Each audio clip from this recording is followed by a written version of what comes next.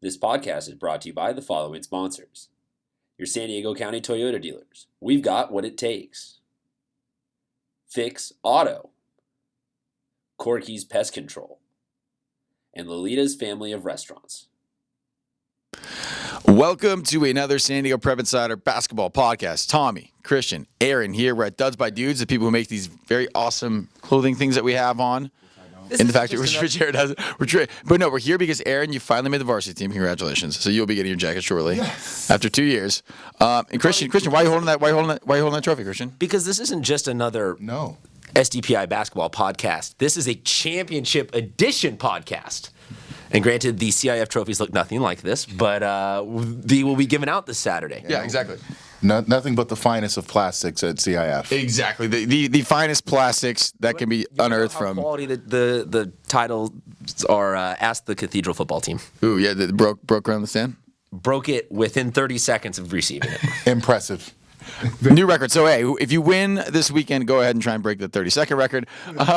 We are talking open division right now. That means Torrey Pines, the away team, will be traveling to Jenny Craig Pavilion to take on, against Saints, who will be the quote-unquote home team.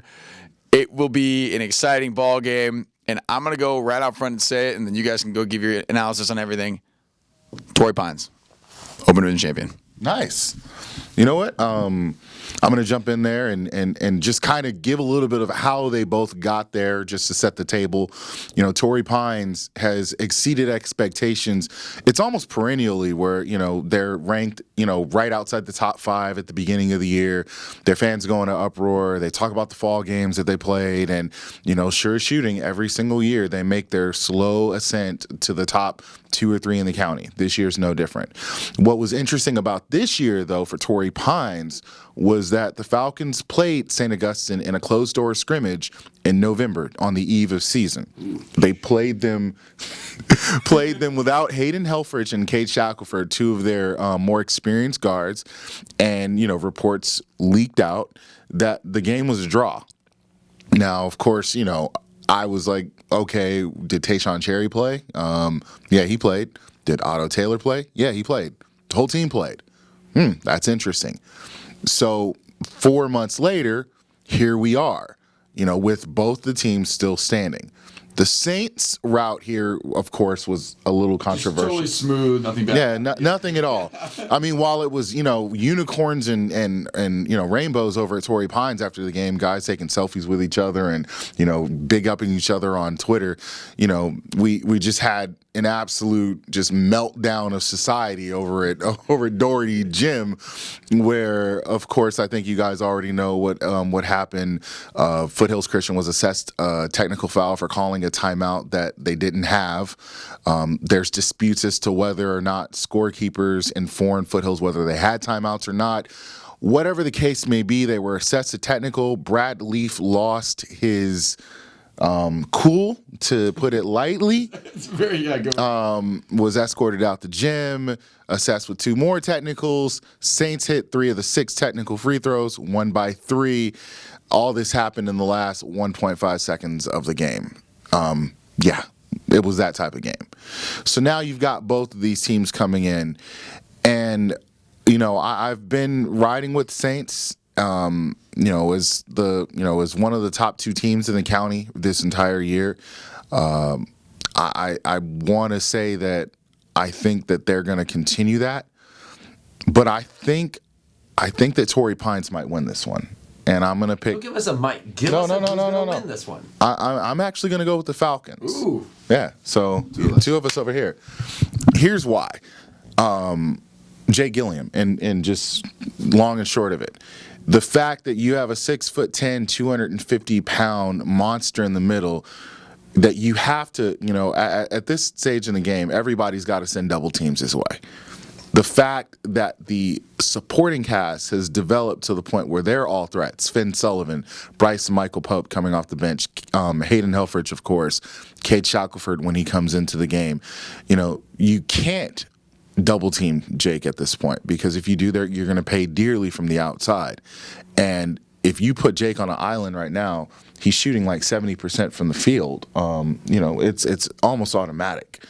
And while Tayshaun Cherry is emerging into one, possibly the best prospect in San Diego, along with Miles Norris, he is giving up a significant amount of size in the middle. And I think that is going to be where the tide turns. This will be a game that will be played within 3 possessions, the entire game. I think this is going to be the battle royale that we all want to see. But I think, not be. Yeah. Hey, trust me, there have been some pretty bad, there were some bad championship games. You know what I'm saying? You were there last year, Foothills Cathedral. And we didn't predict that one was gonna be a battle though. Like you saw the writing on the wall. Yeah, one of us picked Cathedral to win. Yeah. Not gonna say it. Indeed, yes. But I think that this is going to be that game that we didn't have last year. But I think that Torrey Pines prevails, and I'll put a number by it. I think they win by 5. I think that's your first score-involved prediction of this season. That's how confident you are in this one. I like that. You've crunched the numbers on this one a lot. I've gone from not picking anybody to picking people to now very specifically picking people. And that's why you're in the jacket. Yeah. So next year you're going to be giving us he'll score 17, he'll score 3. You'll give us full you're runners on. Yeah. I'm going to go with Torrey Pines. I'm going to make it a clean sweep for us. I thought I was going to shock the world, but oh my God. I think that I've got 2 major questions about this one. You bring up the double teams of this. I don't even want to say that this is going to be a Jake Gilliam decided game. This is going to be a bench points decided game. Okay. I'm going to say that we've seen both of these lineups have guys. I mean, I don't know the exact numbers, but you could probably count, tit for tat, who has double-digit games and points and rebounds, assists. You can find great stats on both sides of this lineup. So it's going to be who can come off the bench and score more points. Okay. And I think that Torrey Pines is just a little bit more diverse off of the bench, so a little bit more capable. Okay. My other question is, can Jake Gilliam get himself a college offer out of this game? I want to see some team out there finally pull the trigger on this kid after he's walking off the court as an open division champion. That's real simple. Can I just chime in real quick? We only have 30 minutes, but go ahead. Of course. No. I'll be quick. Jay Gilliam has been doing this for years. He did it on the AAU circuit with Game Point. Last year, his last game against Team Loaded North Carolina, the kid had 20 points and 20 rebounds against a guy going to Pittsburgh. There were ACC coaches in the gym.